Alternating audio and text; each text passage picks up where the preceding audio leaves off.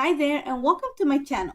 Today's project is for Citrus 2S Kids and this is the second part of today's series for their Tuesday tutorial blog post. As you see right now, this is the first layout that I created using the rich paper from Indigo Hill Studio that is included in the Little Things kit.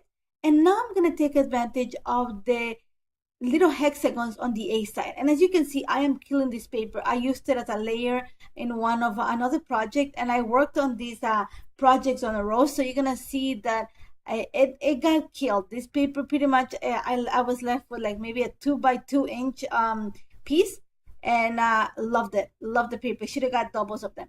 But all I'm doing right now is I'm carefully cutting or fussy cutting each one of the hexagons on the A side.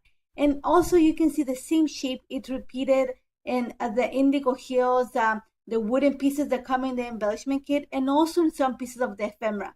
So I have this picture of my kids of last fall last year, and my idea is to use these hexagons to create an interesting shape on the back.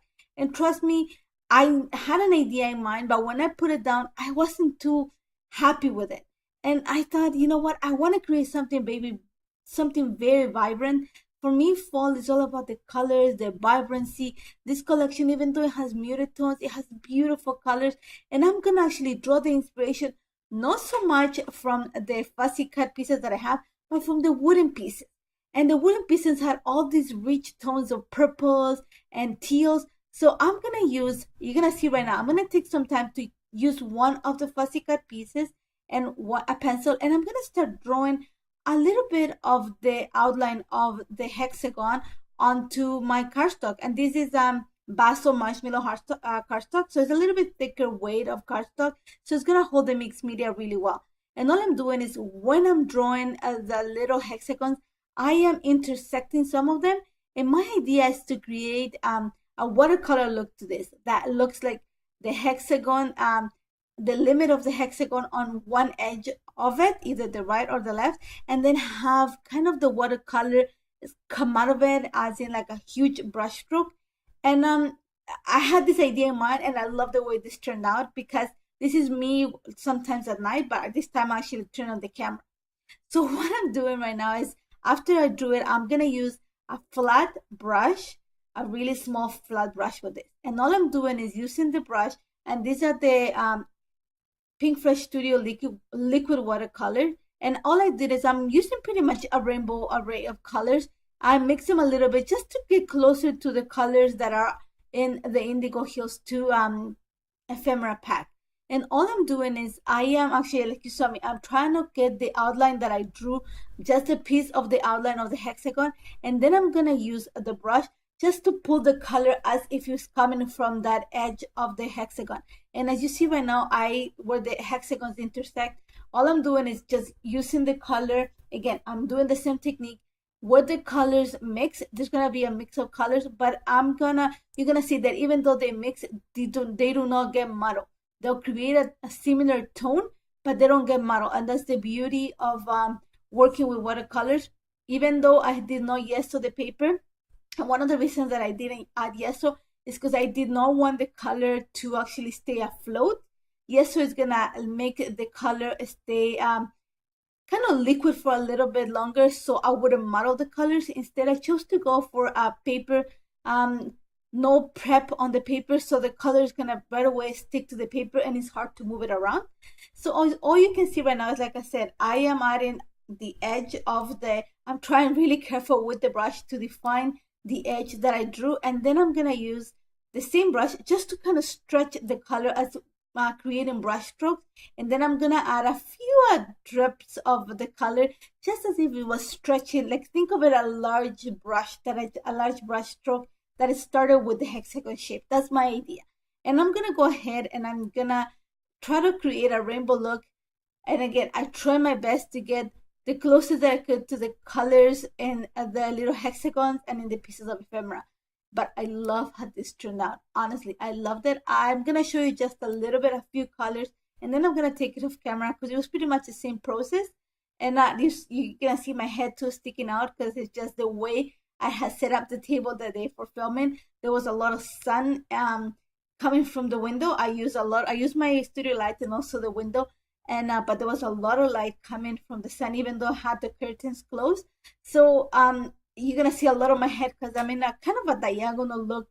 I'm sitting really awkward towards where I am working with the watercolor. So my choice was better to take it off camera and just complete, like I said, I just completed this look. And after that, what I'm gonna do, and you're gonna see in the next little section, is that I drew a few of the hexagons on the side, and I'm just gonna use my brush just to define that. I thought about adding the fact that I'm gonna use those wooden pieces that come in embellishment kit as the standouts on the layout. So why not add the same kind of look to the background?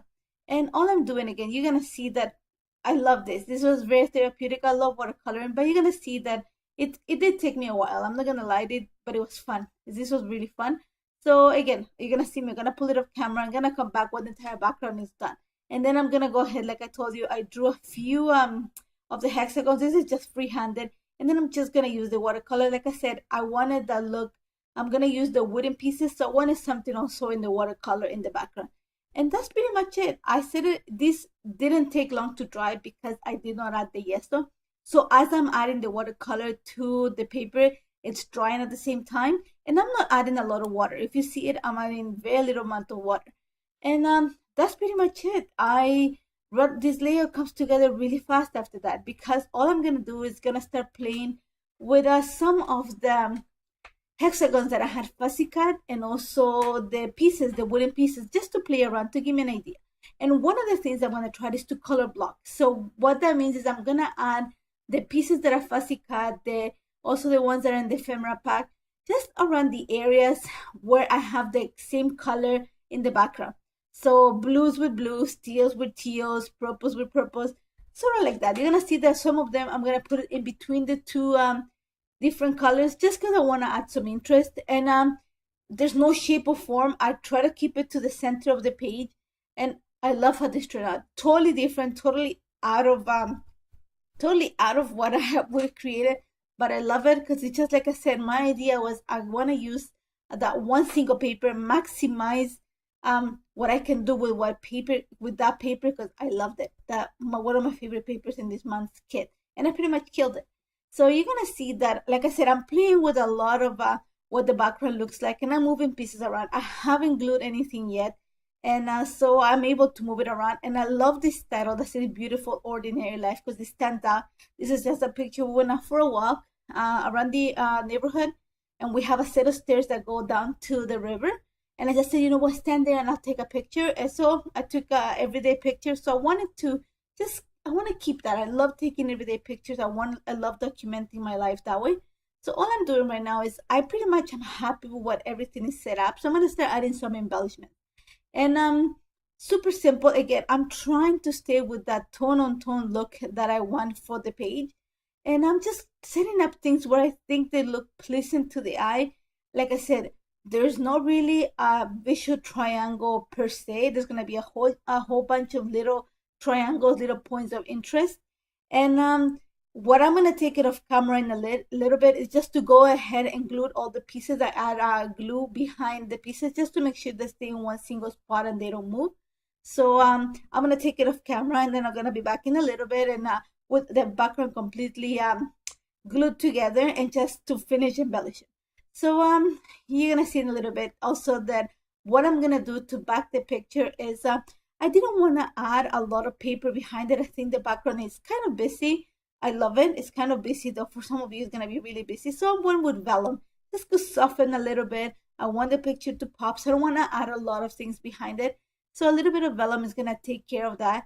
And then all I'm going to do is actually glue it onto the layout using foam adhesive. And I'm using quite a thick foam adhesive just because I want to make sure that there's lift on the picture. I want it to pop from the background. And once I have that in place, I'm just going to go ahead and actually also glue the title to it. And now, again, I'm using foam adhesive. I want it to be pretty much pop from the background. And after that, I'm going to take advantage of some of the elements from the cut apart sheet that's available for free each month in the Citrus Twist Gift Shop, just to add a few interests behind the picture. After that, I'm bringing in the embellishment kit, a few pieces of ephemera from the kit, the ephemera pack that comes in the kit. And then I'm gonna take advantage of the stamp. And I'm gonna use gold ink. I'm using this ink that you see right now comes from Michaels, and it's kind of rose gold that goes from gold to rose gold. So there's a different shades of gold in between. And I'm using the Little Things TN stamp set for this, and also the, actually I think we using most of it, that one, and also the one that comes included in the main kit, just to add some sentiments. And I'm gonna add them. My idea at the beginning was to add little pieces of ephemera, but I think it's busy enough. So what I'm doing is I'm repeating the stamping with the different shades of gold in different areas of the layout, and I'm just adding things about real life. This is real joy.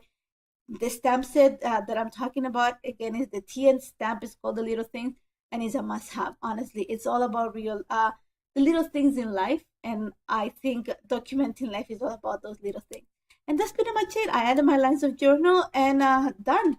I love how this turned out. Like I said, it might not, all of you might not like it. I love the fact that I used one single piece of paper to create three layouts. Well, one was just part of it, but these two layouts are heavily on that piece of paper, two different complete looks, and I love it. They both combine mixed media with the paper, but it's a great way to maximize your kit. So try it. If you have any questions, as always, don't hesitate to contact me. I would love to help you, and I hope to see you soon. Take care, guys.